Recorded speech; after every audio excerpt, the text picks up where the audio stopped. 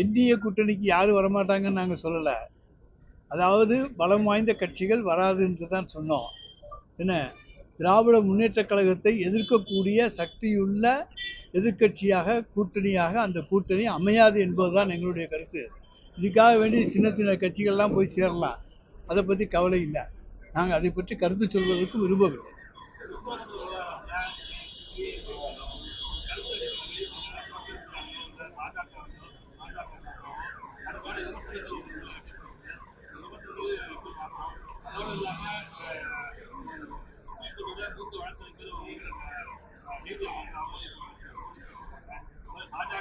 எனக்கு எந்த நோட்டீஸும் வரலையே.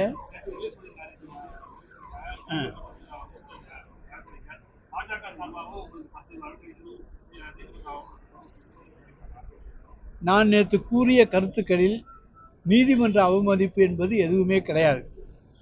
இது சட்டத்துக்கு உட்பட்டு தான் நான் பேசியிருக்கேன்னு தவிர நீதிமன்றத்தை அவமதித்து பேசவில்லை. ஆனால் ஏற்கனவே முந்திய தீர்ப்புகள் இருக்கின்றனவே, அந்த முந்திய தீர்ப்புகளுடைய அடிப்படையிலே அதை சுட்டிக்காட்டி பேசுகிற உரிமை வழக்கறிஞராகிய எனக்கும் உண்டு. எனவே அந்த முந்திய தீர்ப்புகளை அடிப்படையில் தான் சுட்டிக்காட்டி நான் பேசியிருக்கிறேன். அந்த திருப்பரங்குன்றத்தினுடைய கல்தூணிலே தீபம் ஏற்றியதற்கான ஆதாரம் உண்டா என்று நாங்கள் கேட்கிறோம். ஒரு நீதிமன்றத்திலே ஒரு வழக்கு தொடர்பவர் தான் அந்த நிரூபிக்க வேண்டும். இதற்கு முன்னாலே அந்த தீபத்தூணிலே தீபம் ஏற்றிருக்கிறார்கள், அந்த கல்தூணிலே என்று அவர்கள் நிரூபிக்க வேண்டியது அவர்களுடைய பொறுப்பு. அதை விட்டுவிட்டு அரசின் மீது நீங்கள் நிரூபிக்க வேண்டும், ஏற்றப்படவில்லை என்று நிரூபிக்க வேண்டும் என்று சொல்லுவது ஏற்றுக்கொள்ளத்தக்கதல்ல என்பது எங்களுடைய உச்ச நீதிமன்றத்திலே நாங்கள் வைக்கப் போகிற வாதத்தைத்தான் நான் சொல்லுகிறேனே தவிர நீதிமன்றத்தை நான் அவமதித்து எதுவுமே சொல்லவில்லை. நீதிமன்றத்தை அவமதிக்க வேண்டும் என்கின்ற கருத்துக்கள் திராவிட முன்னேற்ற கழகத்துக்கு கிடையாது. எவ்வளவு பாதிப்பு வந்தாலும் நாங்கள் நீதிமன்றத்தை அவமதிக்க மாட்டோம். அடுத்தாக இப்போது பேய் கதை சொல்லியிருக்காங்க. பேய் இருக்கா?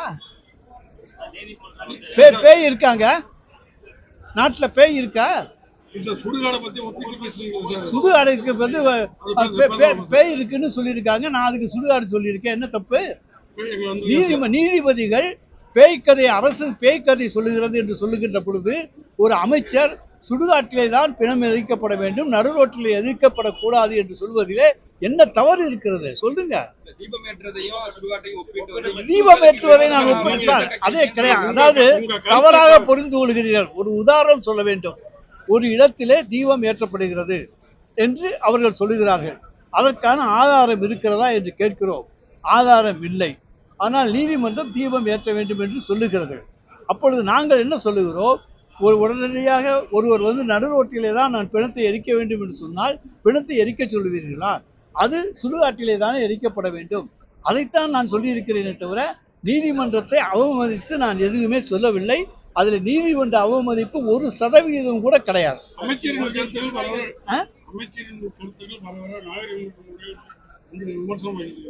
நான் எந்த நாகரிகம்லாம் பேசினேன் சொல்லுங்க.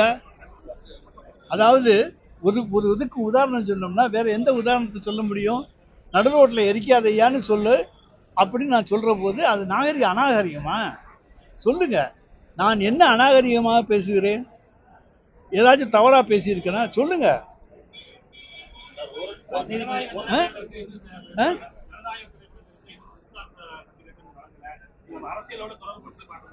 அதை நாங்கள் அதை பற்றி கவலைப்படலைங்க. எங்களுக்கு எந்த சினிமா எப்போ வருதுங்கிறதெல்லாம் நாங்கள் அரசியல் வேலை பார்த்துக்கிட்டு இருக்கோம், தேர்தல் பணி பார்த்துக்கிட்டு இருக்கோம். சினிமா பணியை இப்பொழுது நாங்கள் பார்க்கவில்லை. அரசியலோடு நாங்கள் அதை தொடர்புபடுத்தி பார்க்கல. அந்த பார்க்குறவங்க பார்ப்பாங்க, வரலைன்னா பார்க்காதவங்க பார்ப்பாங்க, அவ்வளோதான். சார், அவங்க சொல்றது ஊழல் நிறைந்த கட்சின்னு சொன்னா ஆதாரங்களோடு சொல்ல வேண்டும். சும்மா பொய்யா குற்றச்சாட்டுக்களை சொல்லிவிட்டு சொல்லக்கூடாது. திராவிட முன்னேற்ற கழகம் என்ன ஊழல் செஞ்சிருக்கு, எங்கே ஊழல் நடந்திருக்கிறது, அதுக்கு ஆதாரங்கள் இருக்கிறதா? உங்களுக்கு வேணா 3200 கோடி ரூபாய் தேர்தல் நிதி வந்திருக்கு. அது எப்படி வந்துச்சு? அது ஆண்டவனுக்கு தான் தெரியும், அது உங்களுக்கு தான் தெரியும்.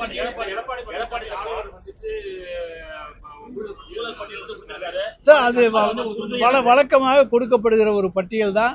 அது சும்மா தேர்தலுக்காக வேண்டி கொடுத்திருக்காரு. தேர்தல் பரப்புரையிலே பேசுவதற்காக கொடுத்திருக்கிறார். அதற்கான மறுப்புகளை நாங்கள் அந்தந்த மேடைகளிலேயே சொல்லிவிடுவோம். நாங்கள் யாரும் எந்த தவறும் செய்யவில்லை, எந்த ஊழலும் செய்யவில்லை. எனவே அதை மறுப்பதற்கான தைரியம் எங்களுக்கு இருக்கிறது. கலைஞர் கருணாநிதி அப்புறம் மு.க. ஸ்டாலின் அடுத்து உதயநிதி ஸ்டாலின் கனவு மெய்க்காது அப்படின்னு அமித்ஷா அவர் மெய்க்காதுன்னு சொல்றதுக்கு அவர் யாரு? அது மெய்ப்பிக்க வைக்க வேண்டியது திராவிட முன்னேற்ற கழக தொண்டனுடைய கடமை. எங்க தொண்டன் செய்யற வேலையை அவர் அமித்ஷா எப்படி செய்வாரு? பாஜக தொண்டர் திமுகவுக்கு வேலை பார்க்க போறாரா? கிடையாது. திமுக தொண்டன் நிச்சயமாக தன்னுடைய பணியை சிறப்பாக தொடர்ச்சியான வருகை தமிழ்நாட்டில் எந்த மாற்றத்தையும் ஏற்படுத்தாது. ஏமாற்றம் தான் அவருக்கு ஏற்படும்.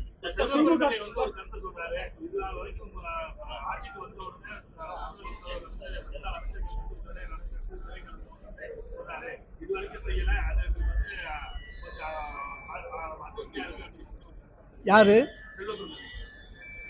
நாங்க கேசுகள் போட்டுக்கிட்டு இருக்கோமே தவிர எத்தனை வழக்குகள் நீதிமன்றத்தில் இருக்கின்றன என்பதை நாங்கள் கணக்கெடுத்து சொல்லுகிறோம். நிறைய அமைச்சர்கள் மீது வழக்குகள் பதியப்பட்டிருக்கின்றன. அந்த வழக்குகளுக்கு அமைச்சர்கள் சிலர் குடும்பத்தோடு போகிறார்கள், சிலர் தனியாக போகிறார்கள். தேர்தலை மையப்படுத்திதான் திமுக ஓய்வூதியம் அப்படிங்கிறாரு. ஒரு பக்கம் மடிக்கணினி வழங்குறது எடப்பாடி பழனிசாமி சொல்றாரு. நான் சொல்றேன் பாருங்க, நாங்க எங்களுடைய தலைவர் தேர்தல் நெருங்க வர்ற எல்லா பாலையும் சிக்ஸரா அடிச்சுக்கிட்டு இருக்காரு. என்ன எடப்பாடி நோபால் போடுறாரு, அங்கிட்ட அமித்ஷா நோபால் போட்டு ஓவரோட எண்ணிக்கையை எங்களுக்கு உயர்த்தி கொடுக்குறாங்க. 6 பால் போட வேண்டிய இடத்துல 8 பால் 9 பால் போடுறாங்க. அதுக்கு நாங்க என்ன பண்ண முடியும்? மக்கள் மனதில் எங்களுக்கு வரவேற்பு இருக்கிறது. நாங்கள் அடிக்கிற ஒவ்வொரு ஷாட்டும் சிக்ஸராக மாறிக்கொண்டிருக்கிறது. நிச்சயமாக எங்களுடைய வெற்றியை தடுப்பதற்கு எந்த சக்தியாலும் தமிழ்நாட்டில் முடியாது. நாங்கள் அதுக்காக தலைக்கணத்தோடு சொல்லவில்லை, கருவத்தோடு சொல்லவில்லை. மக்களுக்கு பணியாற்றி விட்டு மக்களுடைய மனதை தொட்டு பார்த்து விட்டு சொல்லுகிறோம்.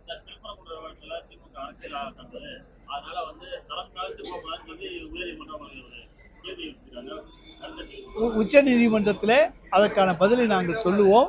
ஏனென்று சொன்னால் இந்த வழக்கு ஏற்கனவே 2 நீதிபதிகளுடைய அமர்விலே விசாரிக்கப்பட்டு இது உரிமையியல் நீதிமன்றத்திலே போய் விசாரிக்கப்பட வேண்டும் என்று அந்த 2 நீதிபதிகள் தீர்ப்பு சொல்லியிருக்கிறார்கள்.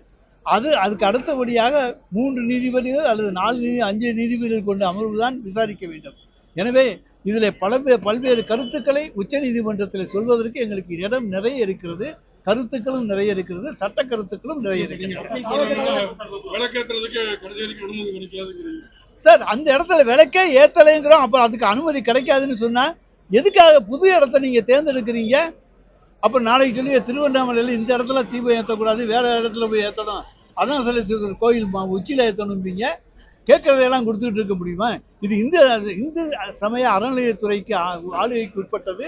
இதை நாங்கள் முடிவெடுக்க வேண்டியது அவங்க. இப்போ நீதிமன்றம் ஒரு தீர்ப்பை சொல்லி இருக்குன்னா தீர்ப்புக்கு கட்டுப்படணும். அது கார்த்திகை தீபம் வர்ற வரைக்கும். அதுக்கு முன்னாலே நாங்கள் உச்ச நீதிமன்றத்தை திருப்பி வாங்கியாச்சுன்னா அதை பற்றி கவலை இல்லை. நிச்சயமாக நல்ல தீர்ப்பு வாங்கி விடுவோம்.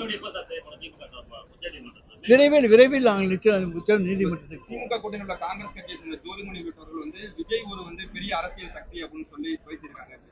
சார், சிலர் தூங்கிக்கிட்டே கனவு காண்றாங்க. கனவுல அவர் பெரிய சக்தியா தேர்ந்தெடுக்காரு. ஏன்னா கரூருக்கு வந்துட்டு போனாரு. அன்னைக்கு அவங்க தூங்கி இருந்திருப்பாங்க, அதுல பெரிய சக்தியா தெரிவாரு. அது அவங்க தூக்கத்துக்கெல்லாம் கனவுக்கெல்லாம் நாங்க பதில் சொல்ல முடியாது.